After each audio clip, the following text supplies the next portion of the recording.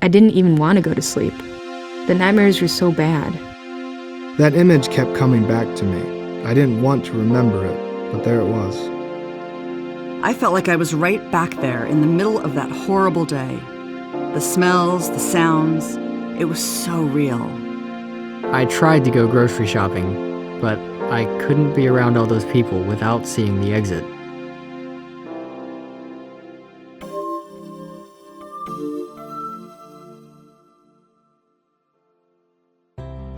These are the voices of post-traumatic stress disorder, or PTSD. Almost everyone lives through something traumatic at some point in life. Most people have a lot of distress right after a trauma happens, but begin to feel better over time. For other people, the distress sticks around, and they begin to have symptoms that really affect their lives.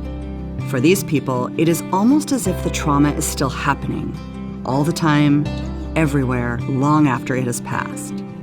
I know, one of these voices is mine. What do we mean by trauma? When we're talking about PTSD, a trauma is a horrible experience where you might have felt afraid for your life, or you were injured physically or sexually, or were afraid you would be. You can also witness a trauma or hear about it happening to someone you care about. First responders, medical people, and clergy can also experience trauma by hearing others talk about it. For me, it was combat. I saw some really horrible things, and I often thought I might be killed. PTSD develops in some people and not in others. Everyone experiences horrible things differently, and everyone reacts differently, sometimes for years or decades after the event. If you experience post-traumatic stress, it does not mean you're weak or that you can't handle hard things. It may make you feel weak or unsafe, but a lot of strong, brave people are affected by PTSD. And it is treatable.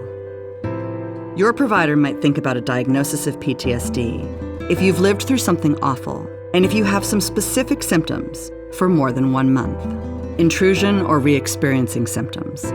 This is the memory of the trauma coming back. It can show up as unwanted memories, nightmares, flashbacks, or feeling horrible after being reminded of it. For me, I kept seeing this one image of a Marine who had just died, and that memory haunted me. Avoidance symptoms. People go out of their way to avoid anything that reminds them of what happened. Some people avoid things like thinking about the trauma. Others avoid people or places or anything else that makes them remember. I couldn't deal with crowded restaurants or movie theaters. I felt unsafe there, so I stayed away, and it affected my family life a lot. Negative changes in thoughts or feelings. This can seem like depression or thinking I'm not safe. I felt sad and didn't feel interested in the activities I used to love. I isolated myself. Other people feel self-blame or might not remember the event well. Some people feel numb or disconnected. Changes in reactivity or arousal. This means your body reacts to things much more than it used to. You feel irritable. You might take risks or act self-destructive. A lot of times you have trouble concentrating and you're always on guard. I was jumpy and loud noises really startled me for a while. I also couldn't sleep for months after coming home and had to take medication. PTSD makes people feel horrible, but I found a way to ask for help. I learned there are several treatments proven to work for combat veterans like me, as well as for survivors of all other types of trauma.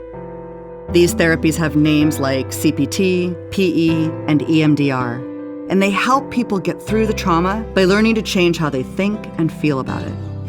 I was able to get back to living. PTSD is challenging, but there is hope.